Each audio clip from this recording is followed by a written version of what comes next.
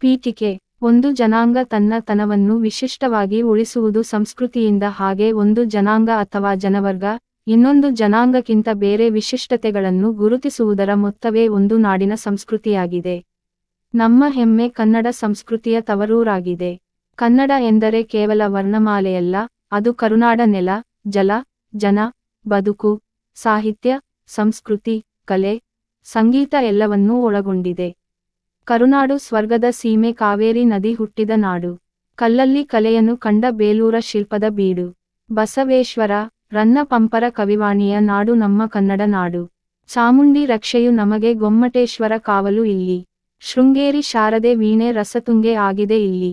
ವಿಶ್ವಖ್ಯಾತಿಯ ವಿಶ್ವೇಶ್ವರಯ್ಯ ಜನಿಸಿದ ಈ ನಾಡು, ಇದೇ ನಾಡು ಇದೇ ಭಾಷೆ ಎಂದೆಂದೂ ನಮ್ಮದಾಗಿರಲಿ. ಎಲ್ಲೇ ಇರಲಿ ಹೇಗೆ ಇರಲಿ ನಮ್ಮ ಉಸಿರಲ್ಲಿ ಕನ್ನಡ ಸದಾ ಹಚ್ಚ ಹಸಿರಾಗಿರಲಿ. ಹಾಗೆ ಕನ್ನಡ ಸಂಸ್ಕೃತಿಯನ್ನು ಉಳಿಸೋಣ, ಬೆಳೆಸೋಣ.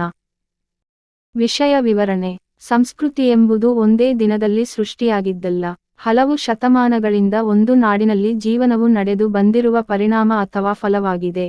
ಸರ್ವ ಜನಾಂಗದ ಶಾಂತಿಯ ತೋಟ ನಮ್ಮ ಕನ್ನಡ ನಾಡು. ಎಲ್ಲಾದರೂ ಇರು, ಎಂತಾದರೂ ಇರು, ಎಂದೆಂದಿಗೂ ನೀ ಕನ್ನಡವಾಗಿರು ಎಂಬಂತೆ ನಾವು ದೇಶದ ಯಾವುದೇ ಮೂಲೆಯಲ್ಲಿದ್ದರೂ ಕನ್ನಡವನ್ನು ಉಳಿಸಿ, ಬೆಳೆಸಿ ಹಾಗೂ ನಮ್ಮ ಕನ್ನಡದ ಸಂಸ್ಕೃತಿಯನ್ನು ಎಂದಿಗೂ ಮರೆಯದೆ ಗೌರವಿಸಿ ಉಳಿಸಿ, ಬೆಳೆಸಿ. ಭಾರತವು ಅನೇಕ ಸಂಸ್ಕೃತಿಗಳನ್ನೊಳಗೊಂಡ ನಾಡಾಗಿದೆ. ಬಹು ಸಂಸ್ಕೃತಿಯ ಸಮಾಜವಾಗಿ ನಿಂತಿದೆ. ಇಲ್ಲಿನ ಜನರು ವಿವಿಧ ಧರ್ಮ, ಸಂಪ್ರದಾಯ ಮತ್ತು ಪದ್ಧತಿಗಳನ್ನು ಅನುಸರಿಸಿದ್ದಾರೆ. ಜನರ ಆಹಾರ ಪದ್ಧತಿ, ಉಡುಗೆ ತೊಡುಗೆ, ನಂಬಿಕೆ, ತತ್ವಜ್ಞಾನ ಇವು ಜನರ ಬದುಕಿನ ಕ್ರಮವಾಗಿವೆ. ಆದರೆ ಇವು ಸಂಸ್ಕೃತಿಯಾಗಿ ಹೊರಹೊಮ್ಮಿವೆ. ಹಾಗೆ ಕಲಿಯೋಕೆ ಕೋಟಿ ಭಾಷೆ, ಆಡೋಕೆ ಒಂದೇ ಭಾಷೆ ಕನ್ನಡ.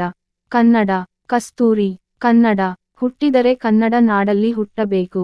ಕನ್ನಡ ನಾಡು ನುಡಿಯಲ್ಲಿ ಶ್ರೇಷ್ಠತೆ ಇದೆ. ಕನ್ನಡ ಭಾಷೆ ನಮ್ಮ ಸಂಸ್ಕೃತಿ.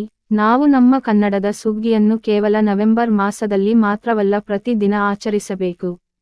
ಕಣ ಕಣದಲ್ಲೂ ಕನ್ನಡವಾಗಿರಬೇಕು. ಹಾಗೆ ಕನ್ನಡ ನಾಡು ಸಂಸ್ಕೃತಿಗಳ ಬೀಡು. ಕನ್ನಡ ನಾಡಿನ ಸಂಸ್ಕೃತಿಗಳು. ಹಬ್ಬಗಳು. ಹಬ್ಬ ಹರಿದಿನಗಳಲ್ಲಿ ಸರ್ಕಾರದಿಂದ ರಜೆ ಘೋಷಿಸಲಾಗುತ್ತದೆ. ಭಾರತವು ಅನೇಕ ಹಬ್ಬಗಳನ್ನು ಆಚರಿಸುತ್ತದೆ. ನಮ್ಮ ದೇಶದ ರಾಷ್ಟ್ರೀಯ ಹಬ್ಬಗಳೆಂದರೆ ಗಣರಾಜ್ಯೋತ್ಸವ, ಸ್ವಾತಂತ್ರ್ಯ ದಿನಾಚರಣೆ ಮತ್ತು ಗಾಂಧಿ ಜಯಂತಿ. ಭಾರತದ ಹೆಸರಾಂತ ಧಾರ್ಮಿಕ ಹಬ್ಬಗಳೆಂದರೆ ದೀಪಾವಳಿ, ಗಣೇಶ ಚತುರ್ಥಿ, ಹೋಳಿ, ಯುಗಾದಿ, ಸಂಕ್ರಾಂತಿ, ರಕ್ಷಾಬಂಧನ, ರಥಯಾತ್ರೆ, ಮಹಾಶಿವರಾತ್ರಿ, ಕ್ರಿಸ್ಮಸ್, ಓಣಂ, ಜನ್ಮಾಷ್ಟಮಿ ಮತ್ತು ಅನೇಕ ಇತರ ಹಬ್ಬಗಳನ್ನು ದೇಶದಾದ್ಯಂತ ಬಹಳ ಹೆಮ್ಮೆ ಮತ್ತು ಏಕತೆಯಿಂದ ಆಚರಿಸಲಾಗುತ್ತದೆ. ಹಬ್ಬಗಳ ನಾಡಾಗಿದೆ. ನೃತ್ಯಗಳು ಅತಿ ಪ್ರಾಮುಖ್ಯತೆಯನ್ನು ಹೊಂದಿರುವುದಾಗಿದೆ. ಯಕ್ಷಗಾನವು ಲಿಖಿತ ಲಿಪಿಯ ಕೊರತೆಯನ್ನು ಹೊಂದಿದೆ ಮತ್ತು ಕಲಾವಿದನ ಸ್ವಯಂಪ್ರೇರಿತ ಸಾಮರ್ಥ್ಯ ಸುಧಾರಿಸಲು, ಉತ್ತಮ ವಾಗ್ಮಿ ಮತ್ತು ಕಥಾವಸ್ತು ಮತ್ತು ಪಾತ್ರದ ಬಗ್ಗೆ ಉತ್ತಮ ಜ್ಞಾನವನ್ನು ಹೊಂದಲು ಸಂಪೂರ್ಣವಾಗಿ ಅವಲಂಬಿತವಾಗಿದೆ. ಯಕ್ಷಗಾನದ ವಿಶಿಷ್ಟ ಕಲಾ ಪ್ರಕಾರವು ನೃತ್ಯ. ಆಹಾರ ಪದ್ಧತಿ. ಪಾಕಪದ್ಧತಿಯಲ್ಲಿ ವ್ಯಾಪಕವಾದ ಆಹಾರ ಪ್ರಭೇದಗಳಿವೆ. ಪ್ರತಿಯೊಂದು ಪ್ರದೇಶವು ತನ್ನದೇ ಆದ ಅಡುಗೆ ವಿಧಾನವನ್ನು ಹೊಂದಿದೆ. ದೇಶದ ಪ್ರತಿಯೊಂದು ಭಾಗವು ತನ್ನದೇ ಆದ ವಿಶೇಷತೆಯನ್ನು ಹೊಂದಿದೆ. ಉತ್ತರ, ಪೂರ್ವ, ಪಶ್ಚಿಮ, ದಕ್ಷಿಣ ಮತ್ತು ಈಶಾನ್ಯ ವರ್ಗೀಕರಣಗಳನ್ನು ಮಾಡಬಹುದು. ಭಾರತೀಯ ಅಡುಗೆಯ ಪದಾರ್ಥಗಳಲ್ಲಿ ಅನೇಕ ಅಧಿಕೃತ ಮಸಾಲೆಗಳು ಮತ್ತು ಗಿಡಮೂಲಿಕೆಗಳು ಕಂಡುಬರುತ್ತವೆ. ಕಲೆ ಮತ್ತು ವಾಸ್ತುಶಿಲ್ಪ. ಒಂದು ಕಲ್ಲಿಗೆ ಕೆತ್ತನೆಯ ಮೂಲಕ ಜೀವವನ್ನು ತುಂಬುವುದಾಗಿದೆ. ಕಾಗದ, ಮರ ಇತ್ಯಾದಿಗಳನ್ನು ಕಲಾವಿದರು ತಮ್ಮ ವರ್ಣಚಿತ್ರಗಳಿಗೆ ಆಧಾರವಾಗಿ ಬಳಸುತ್ತಿದ್ದರು. ಕುಂಚಗಳನ್ನು ಸಂಶ್ಲೇಷಿತ ವಸ್ತುಗಳಿಂದ ಮಾಡಲಾಗಿಲ್ಲ, ಆದರೆ ಒಂಟೆಗಳು, ಮೇಕೆ ಮತ್ತು ಅಳಿಲುಗಳಂತಹ ಪ್ರಾಣಿಗಳ ಮೂಲ ಕೂದಲಿನಿಂದ ತಯಾರಿಸಲಾಗುತ್ತದೆ. ಮೈಸೂರು ಶೈಲಿಯ ವರ್ಣಚಿತ್ರಗಳು ಸಾಮಾನ್ಯವಾಗಿ ದಂತಕಥೆಗಳು, ಪೌರಾಣಿಕ ದೃಶ್ಯಗಳು ಮತ್ತು ರಾಜಮನೆತನದ ಚಿತ್ರಣಗಳಾಗಿವೆ. ಉಪಸಂಹಾರ. ಕನ್ನಡ ನಾಡು ಸಂಸ್ಕೃತಿಯ ತವರೂರಾಗಿದೆ. ಇದನ್ನ ಉಳಿಸುವುದು, ಬೆಳೆಸುವುದು ನಮ್ಮ ಕರ್ತವ್ಯವಾಗಿದೆ.